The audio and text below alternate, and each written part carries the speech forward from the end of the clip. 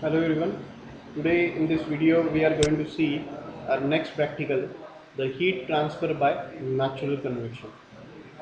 So natural convection, it is the mode of a heat transfer in which the heat transfer takes place by the molecular diffusion. So in this experiment we are going to determine the overall heat transfer coefficient at the surface of a given vertical metal cylinder by a natural convection method.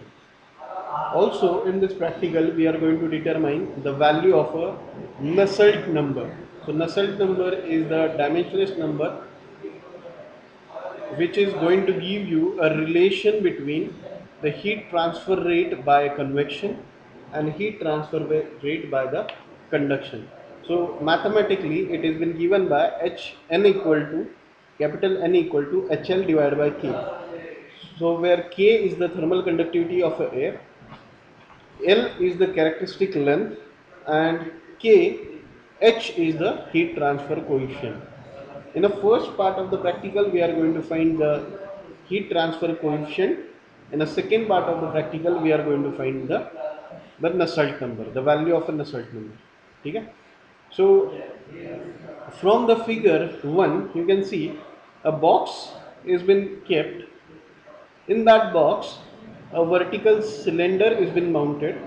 This cylinder is made up of a, we can change the material of the cylinder from aluminum, then copper, then steel. Likewise, also we can change the box in which it has been enclosed. Okay? So there are three temperature measuring thermometer which are mounted on this vertical cylinder. The air is going to flow from the bottom to the top. As the air is getting hot, after getting hot it became lesser denser, so it will rise from bottom to the top. Okay, while the cold air is going to settle down at the bottom. So the air which is coming in a contact with this vertical rod, it is going to get heated and it is going to rise upward. Okay, now the heater is been placed inside this vertical cylinder, and we are going to regulate the amount of a current and voltage across that heater. Okay?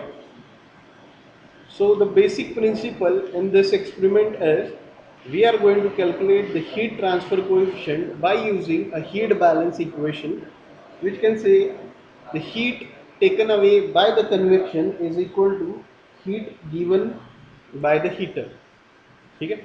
So heat given by the heater is equal to heat taken away by the air which is coming in contact with the vertical cylinder by a mode of heat transfer known as a natural convection. Now let us see how we are going to perform. Go to the simulator.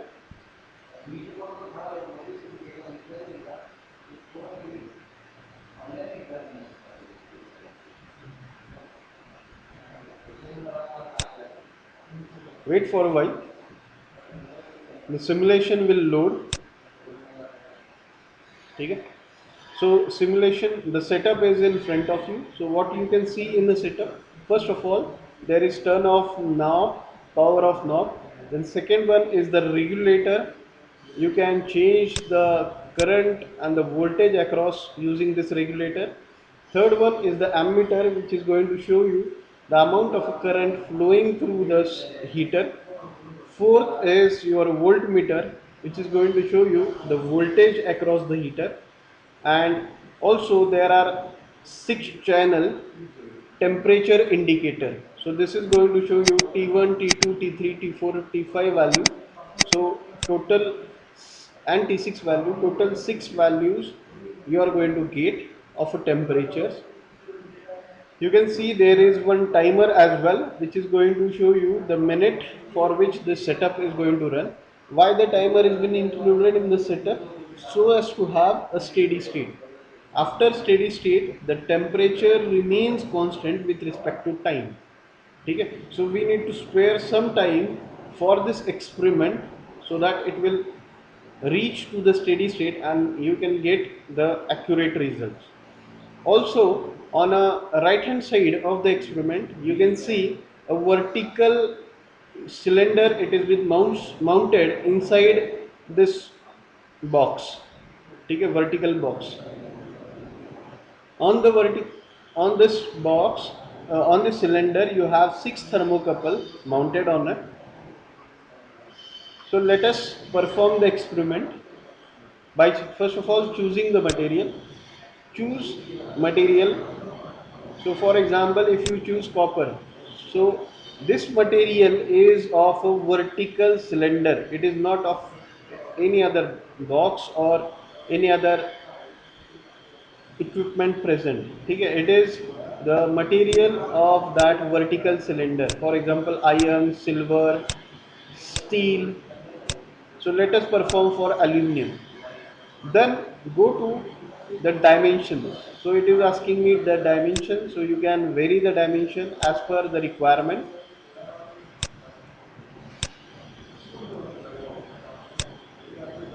Okay.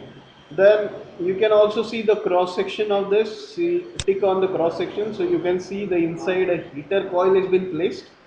First three thermocouples are placed, T1, T2, T3, and after heater coil you have T4, T5, T6. Okay. So air, the direction of the air flow will be from the bottom side and it is going to rise up. It will have the heat transfer by the convection, natural convection, and then it is going to flow from the top. Okay, so no any fan or a blower has been attached. So air is going to flow naturally due to its density difference. Okay, so what we will do, we will turn on the setup by clicking on the power on option. Okay, so you can see the timer is on. It is going to run for 20 minutes. The 20 minutes, it is the set time for this experiment in this virtual lab. You can clearly see the temperature also is changing. You can clearly see the temperature at T1, T2, T3, T4, T5, T6. Yeah, so 6 temperature. From that, what you can see, the T3 and T4 temperature are the maximum temperature. T4 temperature is maximum and T3 is in the same range. So what you can conclude, the thermocouple which are nearer to this heater will record maximum temperature, while the thermocouple which are away from this heater will record the minimum temperature. Also, the air which is in contact with this vertical rod will have the variation in temperature. So every point is going to show you the variation in a temperature. Okay, so that's why what is aim of this experiment, the aim of the experiment is to calculate overall heat transfer. It is not to calculate at a single point, it is to calculate throughout this, above the surface of this tube. Okay, now we will see the result. So click on show result. So heat transfer coefficient right now it is showing me 9.25273. Okay, how it has been calculated? It has been calculated by using the principle of heat balance. The amount of the heat given by the heater is equal to amount of the heat taken by the air by the mode of natural convection. Okay, by the mode of natural convection. Now let's reset it. Choose different material. For example, silver you choose. Okay, then you set the dimensions. Okay, you set the current and voltage. You see the cross section of it and say power on. Wait for a while. It will calculate heat transfer coefficient. It will be calculated for the silver material and a nacelle material. Now you will get surprised to see the heat transfer coefficient will not have much variation, because in previous case it was having 9.25. In this case it might show you 9.30 or 9.32. Let us see how much. So it is right now showing 12.53411. So in this case, the silver material has been used, which is going to be responsible for changing the heat transfer coefficient. But if you set the material like copper and run the experiment and see the results,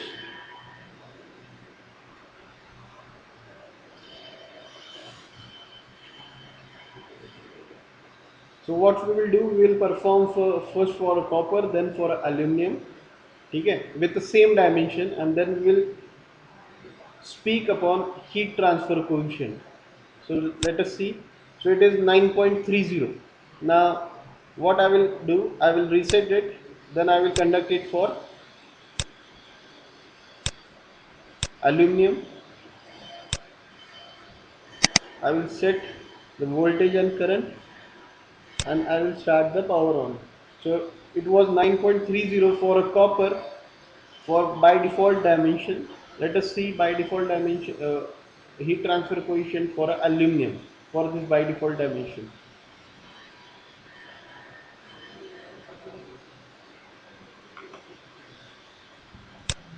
So again it is going to show me the same value as that for aluminum. Why is it so?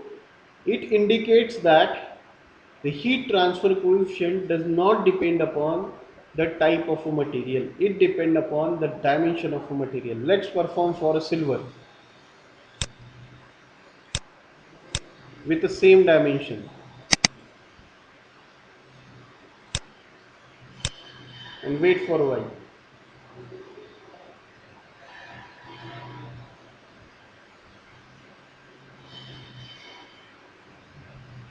This experiment will give an idea and tell you the significance of heat transfer coefficient, that the heat transfer coefficient does not depend upon the property of material.